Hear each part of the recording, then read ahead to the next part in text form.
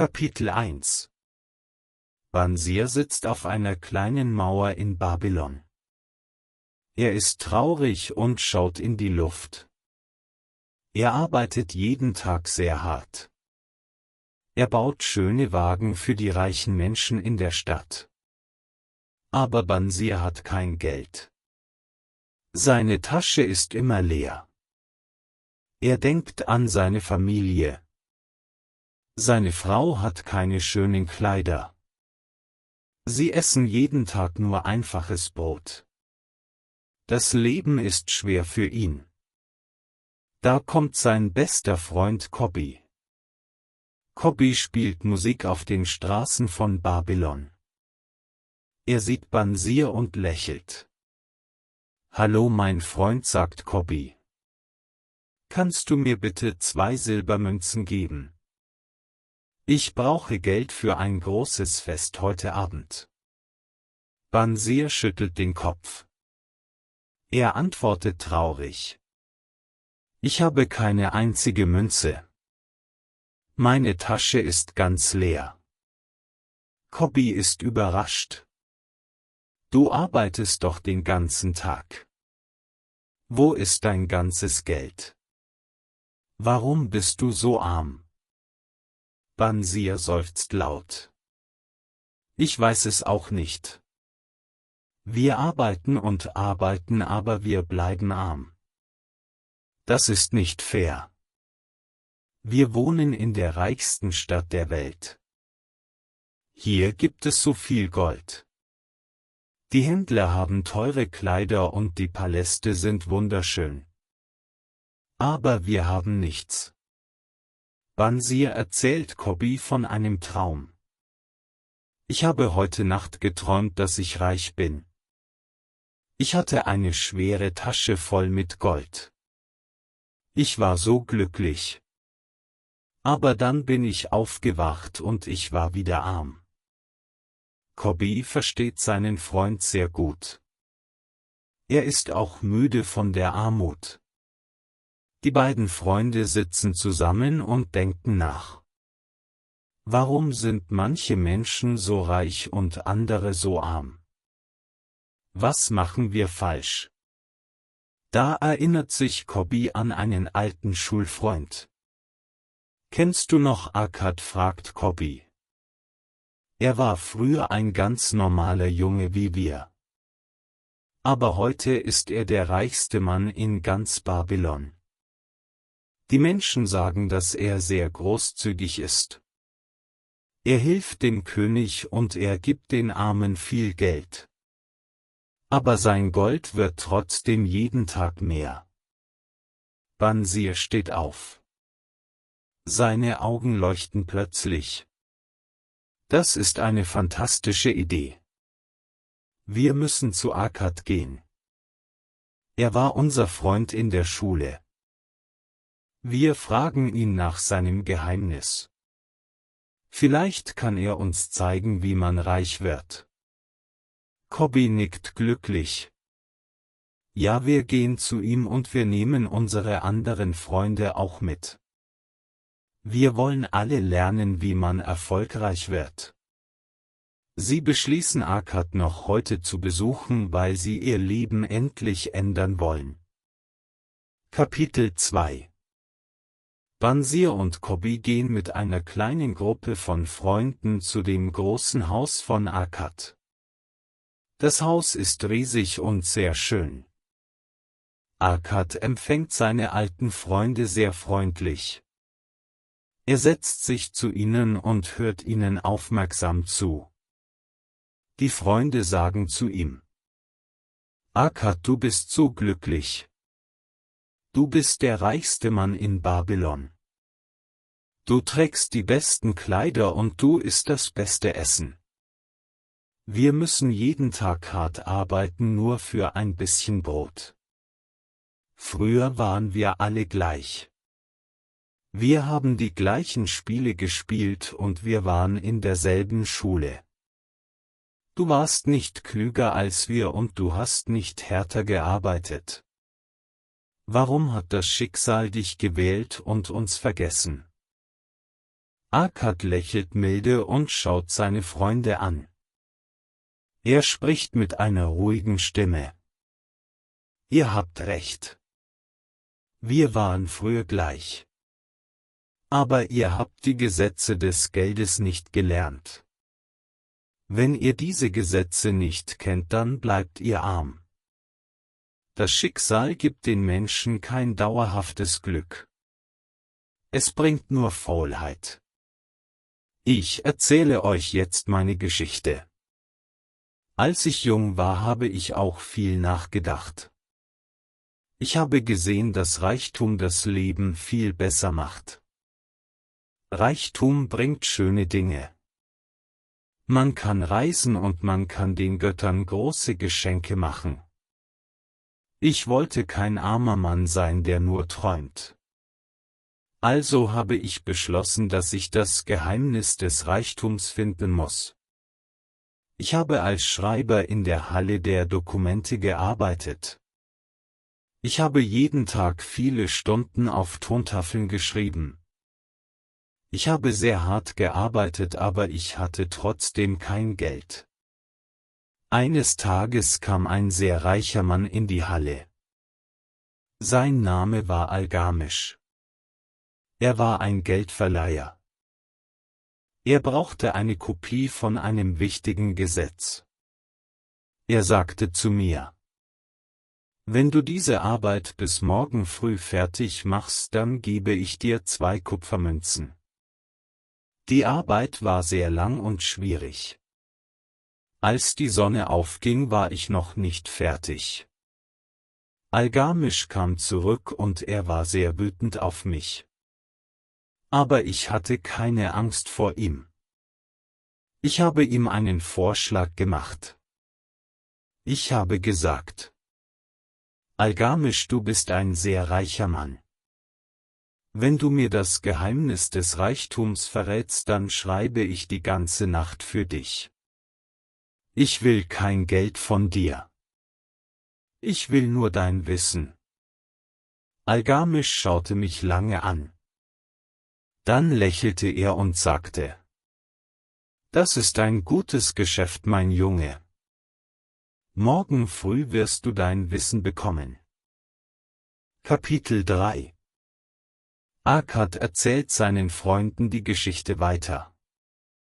Er schaut in die Runde und sieht, dass alle gespannt zuhören. Am nächsten Morgen war die Arbeit endlich fertig. Algamisch nahm die Tontafeln und war sehr zufrieden. Er hielt sein Versprechen. Er setzte sich zu mir und sagte Worte, die ich nie vergessen habe. Er sprach sehr ernst. Ich habe den Weg zum Reichtum gefunden, als ich beschloss, dass ein Teil von allem, was ich verdiene, mir gehört. Du musst einen Teil von deinem Geld für dich behalten. Ich war überrascht und fragte ihn: Ist das alles? Das ist doch ganz einfach. Algamisch lachte laut. Du verstehst mich nicht, Akkad. Wenn du Geld verdienst, dann gibst du es dem Bäcker, dem Schneider und dem Schuhmacher. Du bezahlst alle Menschen, aber du bezahlst dich selbst nicht. Das ist falsch. Du arbeitest für die anderen Menschen wie ein Sklave. Wenn du 10 Münzen verdienst, dann musst du mindestens eine Münze für dich behalten. Dieses Geld darfst du nicht ausgeben. Du musst dieses Geld sparen. Das Geld ist wie ein kleiner Samen. Aus einem Samen wächst ein großer Baum. Wenn du deine Münzen sparst, dann wächst dein Reichtum. Die Münzen bekommen Kinder und diese Kinder arbeiten wieder für dich. So wirst du reich. Du musst klug sein und dein Geld nicht für unwichtige Dinge ausgeben. Kaufe dir nur Kleidung und Essen, die du wirklich brauchst. Der Rest gehört dir. Algamisch sagte mir, dass er in einem Jahr wiederkommen will. Er wollte sehen, ob ich seinen Rat befolgt habe. Ich habe genau das getan, was er gesagt hat. Jedes Mal, wenn ich 10 Münzen bekam, habe ich eine Münze versteckt. Es war am Anfang nicht leicht, weil ich manchmal schöne Dinge kaufen wollte. Aber ich war stark. Nach einem Jahr kam Algamisch tatsächlich zurück zu mir. Er fragte mich sofort nach meinem Geld.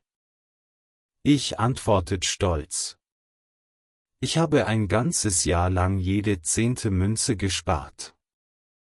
Algamisch lächelte und fragte: Das ist wunderbar, mein Junge.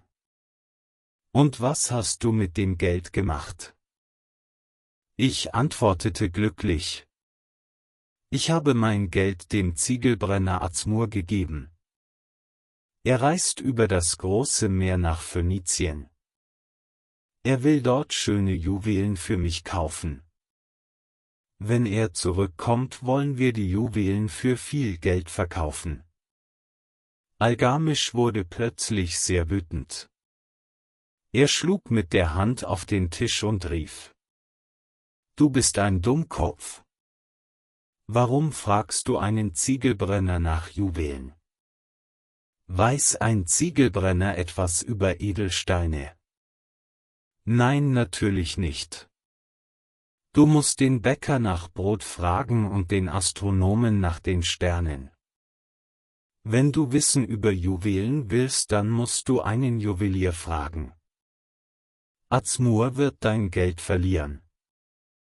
Du hast deinen Geldbaum an den Wurzeln abgeschnitten. Algamisch hatte recht. Die Phönizier haben Azmur betrogen. Sie haben ihm billiges Glas statt echter Juwelen gegeben. Mein ganzes Geld war weg. Aber ich habe nicht aufgegeben. Ich habe noch einmal von vorne angefangen zu sparen. Kapitel 4 Die Freunde von Akkad hören traurig zu, als er von seinem Verlust erzählt. Aber Akkad spricht mit Mut weiter. Nach einem weiteren Jahr kam Algamisch wieder in die Halle der Dokumente. Er sah mich an und fragte nach meinen Fortschritten. Ich sagte zu ihm: Ich habe wieder ein Jahr lang treu gespart. Dieses Mal habe ich mein Geld dem Schildmacher Agger gegeben. Er kauft damit Bronze.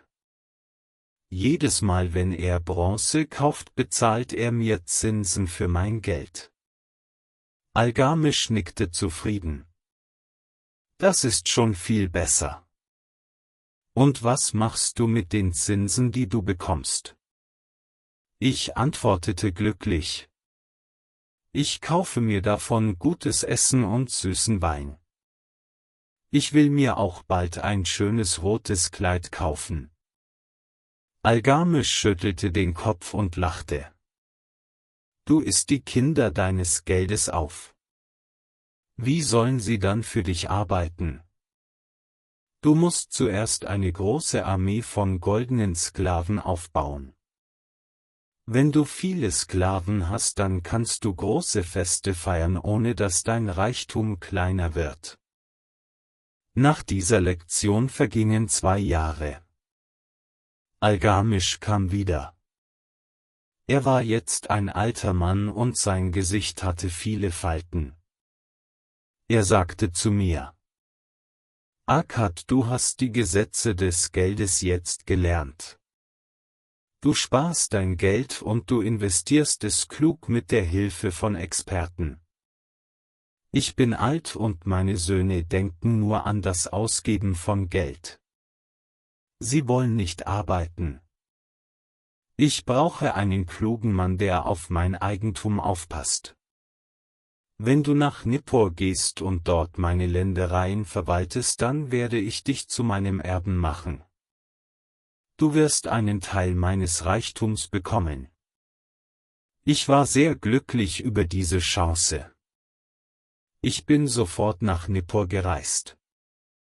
Ich habe dort die Geschäfte von Algamisch sehr erfolgreich geführt. Ich habe sein Vermögen vergrößert, weil ich seine Regeln angewendet habe. Als Algamisch starb, habe ich einen großen Teil seines Reichtums geerbt. So bin ich ein reicher Mann geworden. Die Freunde von Akkad sind still. Dann sagt einer von ihnen: Du hattest einfach großes Glück, dass Algamisch dich getroffen hat. Akkad antwortet ernst: Nein, das war kein Glück. Ich hatte den festen Willen, reich zu werden. Das Glück kommt nur zu den Menschen, die bereit dafür sind. Ich war bereit, weil ich hart gearbeitet habe und lernen wollte.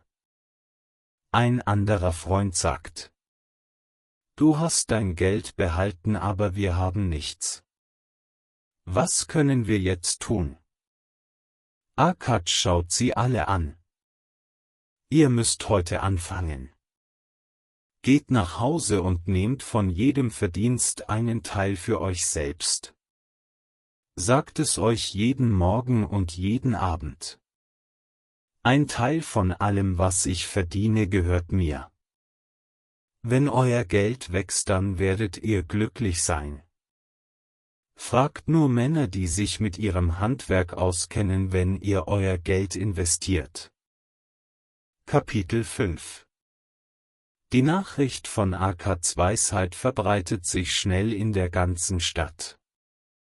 Viele Jahre vergehen und Babylon wird noch größer. Der gute König Sargon kommt nach einem langen Krieg zurück in die Stadt. Er trifft seinen Kanzler und sieht, dass das Volk unglücklich ist. Der König fragt den Kanzler: Warum sind die Menschen in Babylon so arm? Wir haben doch so viel Geld für die großen Mauern und die Tempel ausgegeben.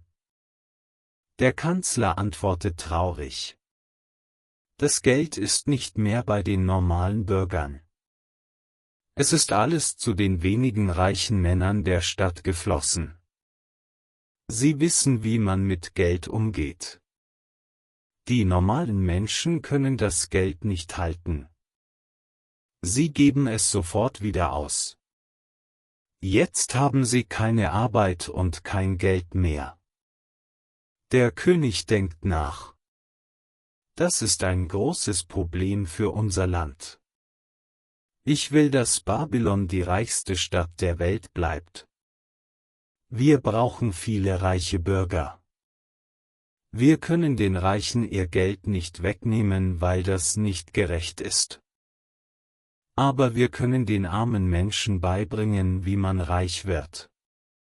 Wer ist der reichste Mann in Babylon? Der Kanzler antwortet sofort: Es ist Akkad. Der König sagt: Hol mir Akkad morgen in meinen Palast. Am nächsten Tag kommt Akkad zum König.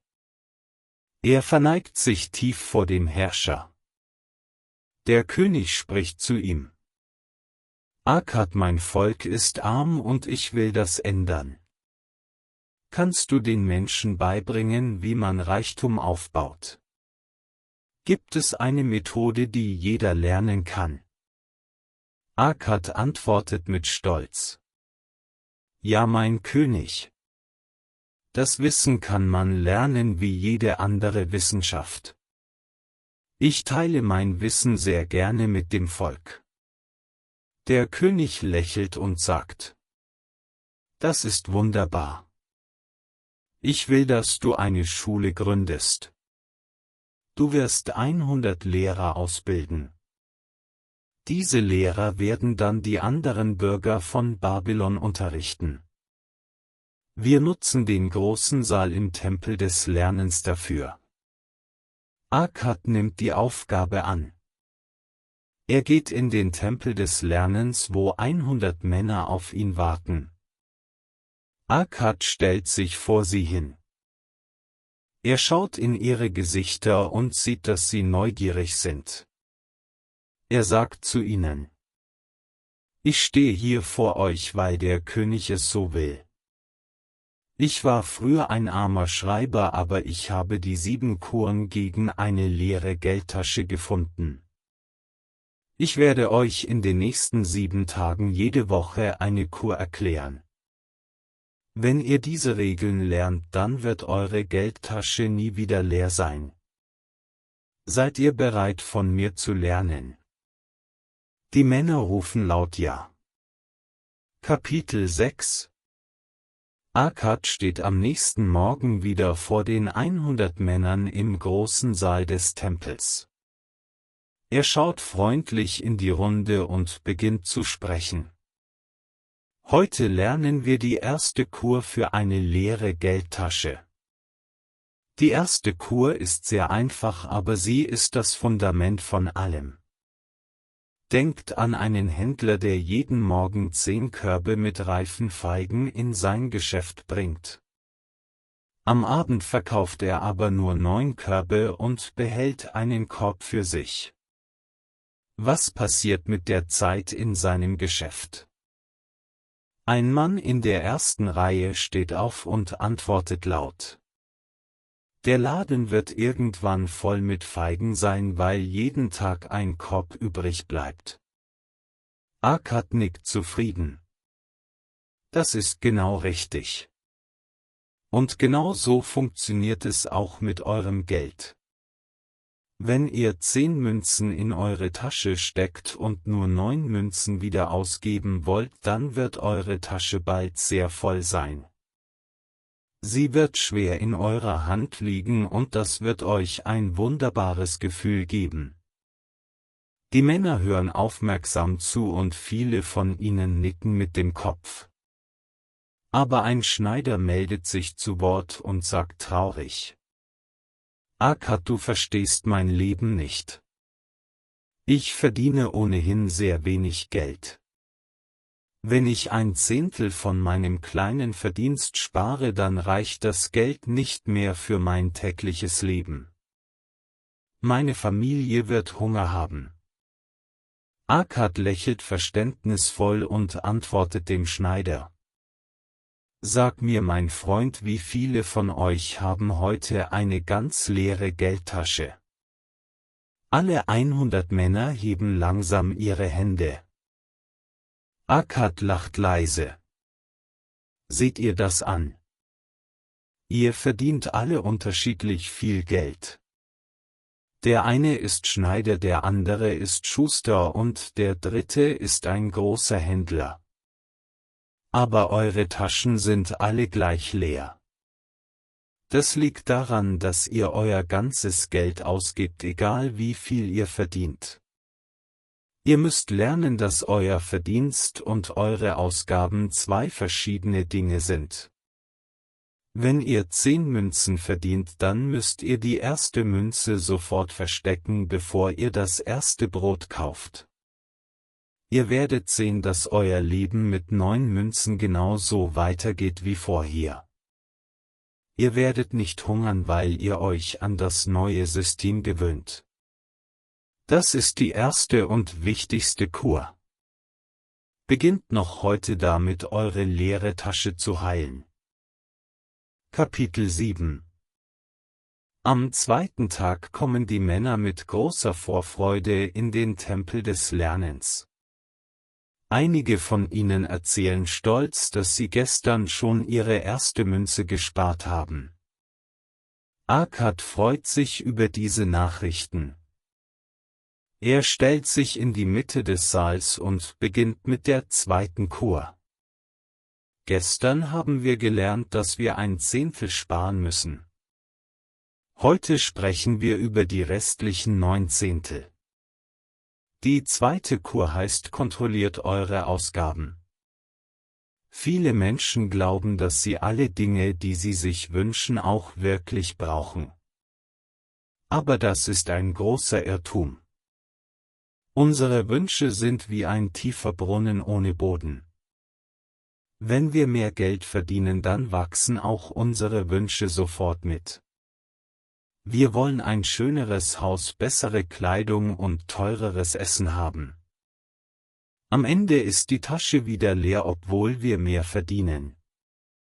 Ihr müsst eure Wünsche genau untersuchen. Schreibt alle Dinge auf, die ihr kaufen wollt, auf eine kleine Tontafel. Schaut euch diese Liste ganz genau an.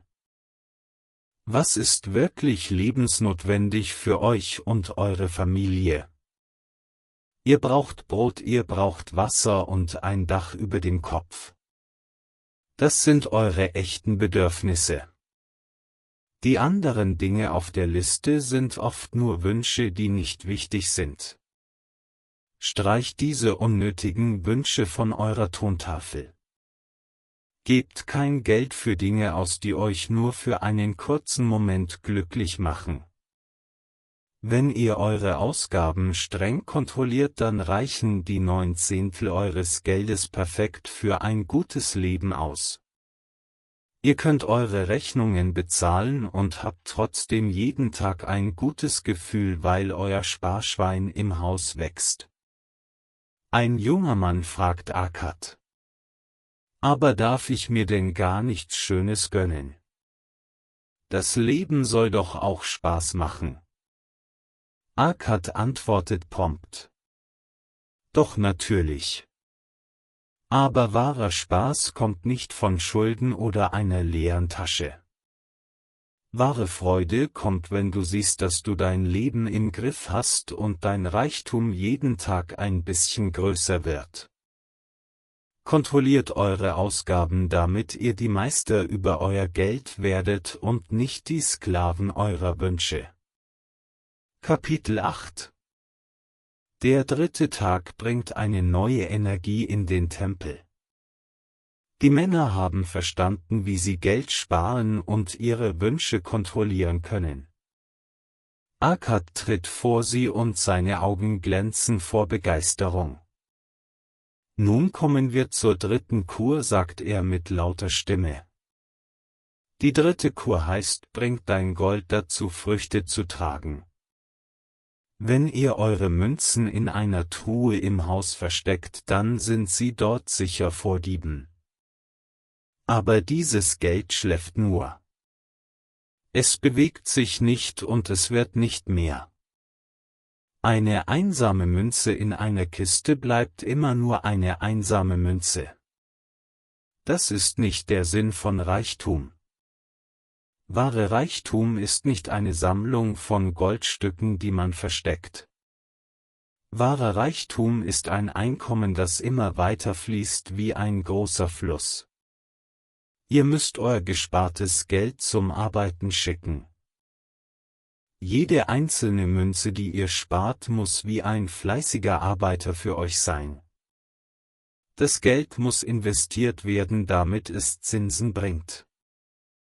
Akkad erzählt ihnen wieder ein Beispiel aus seinem Leben. Als ich jung war, habe ich mein Geld dem Schildmacher Agger gegeben. Er hat damit Bronze gekauft und mir regelmäßig Geld für die Nutzung gegeben. Das war mein erster Gewinn.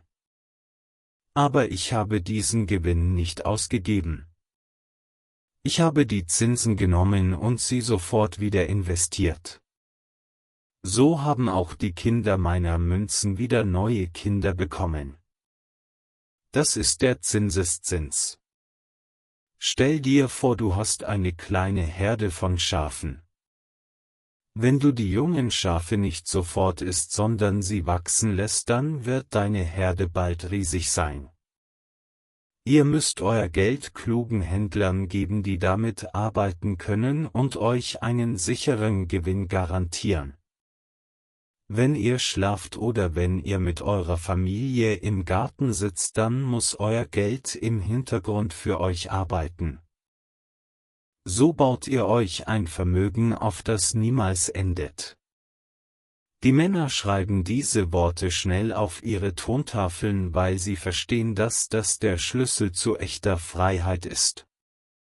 Kapitel 9 Am 4. Tag ist die Stimmung im Tempel sehr ernst. Die Männer wissen nun, wie man Geld spart und wie man es investiert. Aber Akkad will sie vor Gefahren warnen. Er beginnt die 4. Kur für eine leere Geldtasche. Diese Kur heißt schützt euren Schatz vor Verlust. Wenn man ein bisschen Geld gespart hat, dann bekommt man schnell große Träume. Man sieht überall Möglichkeiten, wie man schnell sehr reich werden kann. Das ist eine große Gefahr für jeden Anfänger. Die Versuchung ist riesig, das Geld in riskante Geschäfte zu stecken, weil man viel Gewinn erwartet. Aber das erste Prinzip einer guten Investition ist die Sicherheit des Kapitals. Ihr dürft euer hart verdientes Geld nicht verlieren. Wenn das Geld einmal weg ist, dann ist auch eure ganze harte Arbeit umsonst gewesen. Bevor ihr jemandem euer Geld gebt, müsst ihr euch genau informieren. Wer ist dieser Mensch? Kennt er sich mit diesem Geschäft wirklich gut aus? Ist er ehrlich? Akkad erinnert sie an seine eigene schlechte Erfahrung mit dem Ziegelbrenner Azmurktore reiste nach Phönizien, um Juwelen zu kaufen. Er war ein guter Ziegelbrenner, aber er hatte keine Ahnung von Edelsteinen. Deshalb war das Geld am Ende verloren. Wenn ihr Geld in den Handel mit Gold investieren wollt, dann sprecht mit Menschen, die jeden Tag mit Gold arbeiten. Wenn ihr euer Geld in Immobilien investieren wollt, dann fragt die Bauherren der Stadt. Vertraut nicht den Versprechungen von Menschen, die euch schnellen Reichtum ohne Risiko garantieren. Das ist fast immer eine Lüge. Geht lieber langsam und sicher voran, als euer ganzes Vermögen durch Gier zu riskieren. Euer Schatz muss sicher sein, damit er wachsen kann. Fragt immer die Experten um Rat, bevor ihr eine Entscheidung trefft. Ihr Wissen ist ein kostenloser Schutzschild für euer Geld. Kapitel 10 Der 5. Tag im Tempel des Lernens beginnt und die Männer hören Akkad wieder sehr aufmerksam zu. Akkad lächelt und stellt sich in die Mitte des Saals. Wir haben schon viel gelernt, sagt er. Heute präsentiere ich euch die 5. Kur gegen eine leere Geldtasche. Die 5. Kur heißt, macht euer Heim zu einer profitablen Investition. Viele Menschen in Babylon zahlen jeden Monat eine sehr hohe Miete an die Vermieter der Stadt. Sie geben viel Geld für ein kleines Zimmer aus, wo ihre Familie nicht viel Platz hat. Ihre Frauen haben keinen Garten für frische Kräuter und die Kinder können nicht sicher spielen. Das ganze Geld, das ihr für die Miete bezahlt, ist am Ende des Monats weg. Es gehört dem Vermieter und kommt nie wieder zurück zu euch. Mein Rat an euch ist folgender. Ihr müsst versuchen, ein eigenes Haus zu besitzen. Wenn ihr ein eigenes Stück Land habt und ein schönes Haus darauf baut, dann ist das ein großer Segen für eure Familie. Ihr könnt zu einem Geldverleiher gehen oder eure Ersparnisse nutzen, um das Haus zu bezahlen. Wenn das Haus erst einmal fertig ist, dann zahlt ihr keine Miete mehr. Ihr zahlt stattdessen den Kredit zurück und nach einiger Zeit gehört das Haus ganz allein euch. Ein eigenes Haus gibt einer Familie viel Stolz und Sicherheit. Die Frau ist glücklich, weil sie Blumen pflanzen kann. Die Kinder sind glücklich, weil sie Platz zum Spielen haben. Und ihr selbst habt ein gutes Gefühl, weil ihr wisst, dass dieses Eigentum euch gehört. Die Lebenshaltungskosten werden dadurch viel kleiner und ihr habt mehr Geld übrig, das ihr in andere Geschäfte investieren könnt. Ein eigenes Haus ist der erste Schritt in ein stabiles Leben. Die Männer im Saal diskutieren aufgeregt über diesen Vorschlag, weil viele von ihnen in engen und teuren Wohnungen leben. Sie sehen, dass Akkad recht hat und dass ein eigenes Haus eine wunderbare Investition in die Zukunft ist. Kapitel 11. Am 6. Tag versammeln sich die Männer wieder im Tempel des Lernens. Sie haben viel nachgedacht und freuen sich auf die 6. Kur. Akkad tritt vor sie und spricht mit einer sehr ernsten Stimme. Heute sprechen wir über die Zukunft, sagt er. Die 6. Kur heißt: Sichere dein Einkommen für das Alter und den Schutz deiner Familie. Jeder Mensch wird irgendwann alt. Wenn wir alt sind, dann können wir nicht mehr so hart arbeiten wie heute. Unsere Arme werden schwach und unsere Beine werden müde. Das ist der normale Lauf des Lebens. Deshalb müssen wir heute an die Zeit denken, wenn wir alt sind. Ihr müsst jetzt Vorsorge treffen, damit ihr im Alter genug Gold habt, um euer Leben ohne Sorgen zu genießen.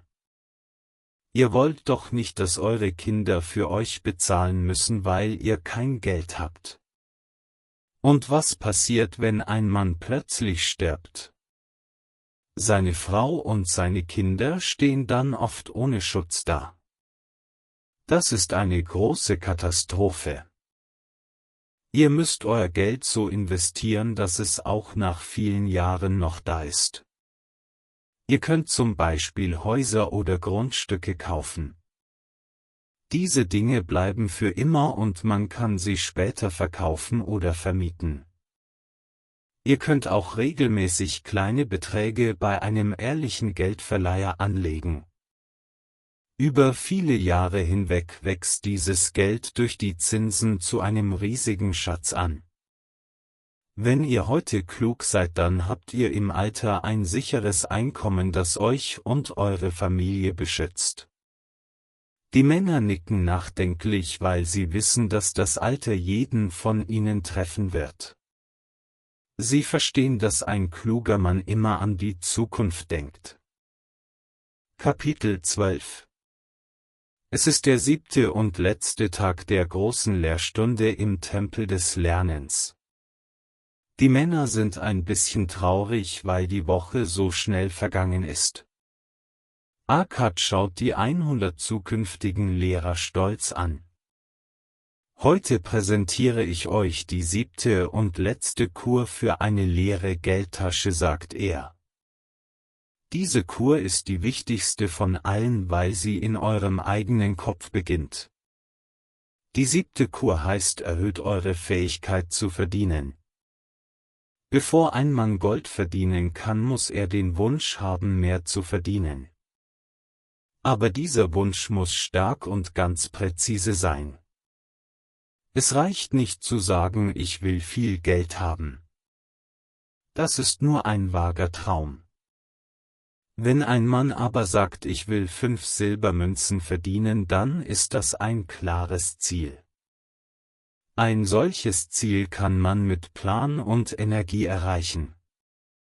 Wenn ihr eure Fähigkeiten verbessert, dann verdient ihr automatisch mehr Geld. Als ich ein armer Schreiber war, habe ich gemerkt, dass andere Schreiber mehr Tontafeln am Tag schaffen als ich. Sie haben dafür auch mehr Geld bekommen.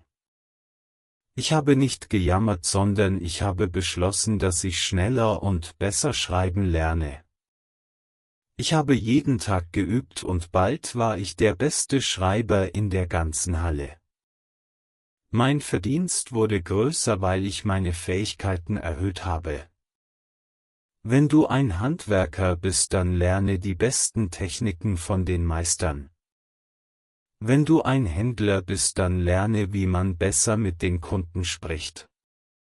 Investiert Zeit und Energie in euer eigenes Wissen. Ein Mann, der viel weiß und viel kann, wird immer einen Weg finden, um gutes Geld zu verdienen. Das ist die 7. Kur. Geht nun hinaus in die Stadt und lehrt diese 7 Kuren allen Bürgern von Babylon, damit unsere Stadt die reichste der Welt bleibt. Kapitel 13. Die Wochen vergehen und die 7 Kuren von Akkad verändern das Leben von vielen Menschen in Babylon. In einer kleinen Taverne sitzen 3 Männer zusammen. Ihr Name ist Tagat und er ist ein junger Mann, der viele Schulden hat. Er spricht mit einem älteren Mann über das Glück. Ich habe einfach kein Glück im Leben, sagt Tagat traurig. Ich arbeite viel, aber das Geld reicht nie aus. Ich wünsche mir, dass die Göttin des Glücks zu mir kommt und mir einen großen Schatz zeigt. Der ältere Mann lächelt und nippt an seinem Becher. Das Glück kommt nicht einfach so vom Himmel, mein junger Freund. Die Menschen glauben immer, das Glück bedeutet, dass man einen Topf voll Gold auf der Straße findet. Aber das passiert fast nie. Wahres Glück kommt zu den Menschen, die Chancen erkennen und diese Chancen auch sofort nutzen. Das Glück liebt die Menschen der Tat.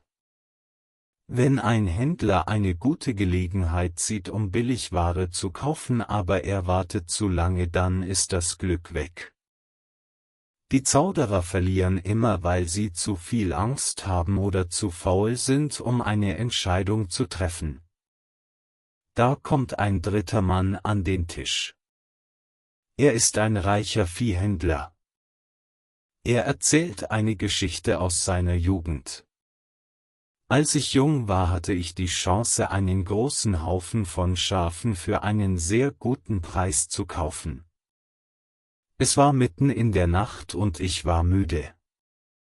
Ich wollte bis zum Morgen warten, um die Schafe genau zu untersuchen. Aber am Morgen hatte ein anderer Händler die Schafe schon gekauft. Er hat mit diesen Schafen ein riesiges Vermögen gemacht.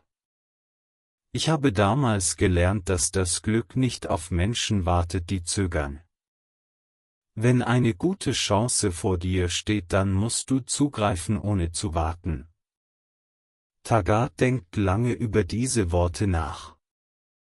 Er versteht, dass er seine Schulden nur bezahlen kann, wenn er endlich aktiv wird und nicht mehr nur auf ein Wunder wartet.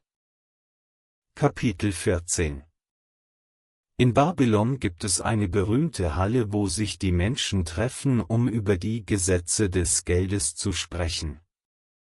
Akkad leitet diese Treffen sehr oft. Eines Tages steht ein Mann namens Kalabab in der Mitte der Halle. Er hält eine kleine Tontafel in der Hand. Heute sprechen wir über die 5 Gesetze des Goldes, sagt Kalabab zu den Zuhörern. Diese Gesetze sind uralt und sie wurden von den reichsten Männern unserer Geschichte geschrieben.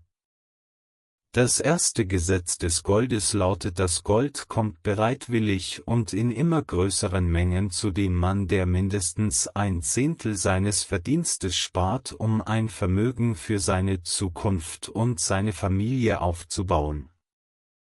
Das bedeutet, wenn du treu sparst, dann zieht deine volle Geldtasche noch mehr Gold an. Das Gold mag die Gesellschaft von anderem Gold.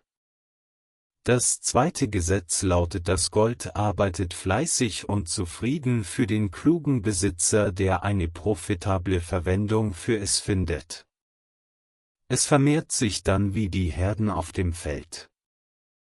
Wenn du dein Geld zum Arbeiten schickst, dann wird es glücklich sein und dir treu dienen. Die Zuhörer schreiben die Gesetze eifrig auf. Kalabab macht eine kurze Pause und schaut in die Runde. Diese beiden Gesetze sind der Anfang. Wenn man sie befolgt, dann hat man schon den halben Weg zum Reichtum geschafft. Aber man muss auch die anderen Gesetze kennen, um das Gold nicht wieder zu verlieren. Gier und Unwissenheit sind die größten Feinde des Erfolgs. Ein junger Mann in der Menge ruft: Erzähl uns bitte auch die restlichen Gesetze. Wir wollen alles wissen, damit wir keine Fehler machen. Kalabab nickt und bereitet sich darauf vor, die nächsten Geheimnisse zu enthüllen. Kapitel 15 Kalabab spricht weiter zu der Menge in der großen Halle. Er erklärt das dritte Gesetz des Goldes. Das dritte Gesetz lautet: Das Gold klammert sich an den Schutz des vorsichtigen Besitzers, der es unter dem Rat von Männern investiert, die klug mit Geld umgehen können. Das bedeutet, wenn ihr euer Geld behalten wollt, dann müsst ihr auf die Experten hören. Gebt euer Geld nicht Menschen, die keine Erfahrung haben. Das vierte Gesetz lautet: Das Gold entwischt dem Mann, der es in Geschäfte oder Zwecke investiert, mit denen er nicht vertraut ist oder die von Experten nicht gut geheißen werden. Wenn du denkst, dass du ohne Wissen ein neues Geschäft starten kannst, dann wirst du dein Gold sehr schnell verlieren. Es fliegt dir einfach aus den Händen weg. Und nun kommen wir zum fünften und letzten Gesetz des Goldes. Das fünfte Gesetz lautet: Das Gold flieht vor dem Mann, der versucht, einen unrealistischen Gewinn zu erzielen oder der den betrügerischen Rat von Gaunern befolgt oder der auf seine eigene Unerfahrenheit und seine romantischen Wünsche beim Investieren vertraut. Wenn dir jemand ein Geschäft vorschlägt, das zu gut klingt, um wahr zu sein, dann ist es mit Sicherheit eine Falle. Schneller Reichtum ist ein Traum, der oft im Ruin endet. Die 5 Gesetze des Goldes sind wie ein Kompass auf dem Meer. Wenn ihr diesen Gesetzen folgt, dann werdet ihr immer den richtigen Weg finden. Ihr werdet euer Gold beschützen und es wird jeden Tag größer werden. Wenn ihr diese Gesetze aber ignoriert, dann wird euch auch der größte Schatz der Welt nicht helfen, weil das Geld am Ende aus euren Taschen verschwindet. Die Menschen in der Halle sind tief beeindruckt von der Logik dieser alten Gesetze. Sie verstehen jetzt, warum manche Menschen reich bleiben und andere alles verlieren. Kapitel 16 Ein Mann namens Rodan arbeitet in Babylon als Speermacher. Er ist ein einfacher Handwerker, der jeden Tag hart in seiner Werkstatt arbeitet. Eines Tages passiert etwas Unglaubliches. Der König gibt Rodan 50 Goldmünzen für seine exzellente Arbeit. Rodan ist überwältigt von diesem großen Reichtum. Er hat noch nie so viel Gold in seinen Händen gehalten. Er freut sich sehr, aber er bekommt auch sofort große Angst. Er weiß nicht, wo er das Geld sicher verstecken soll, und er hat Angst vor Dieben. Seine Schwester erfährt von dem Gold und kommt sofort zu ihm. Sie bittet ihn um ein großes Darlehen für ihren Ehemann. Ihr Ehemann will ein großer Händler werden und braucht das Geld für Waren. Rodan hat Zweifel, weil er weiß, dass der Ehemann seiner Schwester kein kluger Geschäftsmann ist. Er hat Angst, dass sein Gold verloren geht, wenn er es ihm gibt. Aber er will seine Schwester auch nicht traurig machen. In seiner Not beschließt Rodan, den weisen Geldverleiher Maton zu besuchen. Maton ist ein alter und sehr erfahrener Mann, der die Geheimnisse der Menschen gut kennt.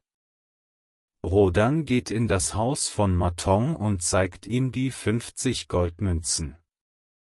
Er erzählt ihm seine Geschichte und bittet ihn um einen guten Rat. Maton hört aufmerksam zu und lächelt. Er versteht die Sorgen des jungen Speermachers sehr gut. Wenn du einem Freund helfen willst, dann musst du es so tun, dass seine Lasten nicht zu deinen eigenen Lasten werden, sagt Maton ernst zu Rodan. Das Gold ist eine große Macht, aber es bringt auch eine große Verantwortung mit sich. Du musst lernen, wie man mit dieser Macht richtig umgeht, bevor du eine Entscheidung triffst. Kapitel 17 Maton erzählt Rodan eine Geschichte, um ihm das Gesetz des Verleihens zu erklären. Er schaut den Speermacher an und spricht mit ruhiger Stimme. Ein Bauer konnte eines Tages die Sprache der Tiere verstehen. Am Abend hörte er, wie der Ochse zum Esel sprach. Der Ochse klagte über seine schwere Arbeit auf dem Feld vom Morgen bis zum Abend. Der Esel wollte nett sein und gab dem Ochsen einen Rat. Stell dich morgen früh krank, wenn der Bauer kommt, dann musst du nicht arbeiten. Der Ochse tat genau das, was der Esel gesagt hatte. Er legte sich auf den Boden und tat so, als ob er Schmerzen hätte. Der Bauer sah das und spannte stattdessen den Esel vor den Pflug. Der Esel musste den ganzen Tag die schwere Arbeit des Ochsen machen. Am Abend war der Esel völlig erschöpft und bereute seinen Rat zutiefst. Er hatte dem Ochsen geholfen, aber er hatte seine eigene Last dadurch verdoppelt. Martin schaut Rodan tief in die Augen. Verstehst du diese Geschichte, mein Freund? Wenn du das Gold dem Ehemann deiner Schwester gibst, dann nimmst du seine Last auf deine eigenen Schultern. Wenn er das Geld verliert, dann bist du derjenige, der arm ist. Ich habe eine große Truhe in meinem Haus, wo ich die Pfänder der Menschen aufbewahre. Wenn ein Händler zu mir kommt und Geld leihen will, dann frage ich ihn immer nach einer Sicherheit. Er muss mir ein Haus, ein Grundstück oder wertvolle Waren als Pfand geben. Wenn er das Geld nicht zurückzahlen kann, dann gehört das Pfand mir. So verliere ich niemals mein Gold.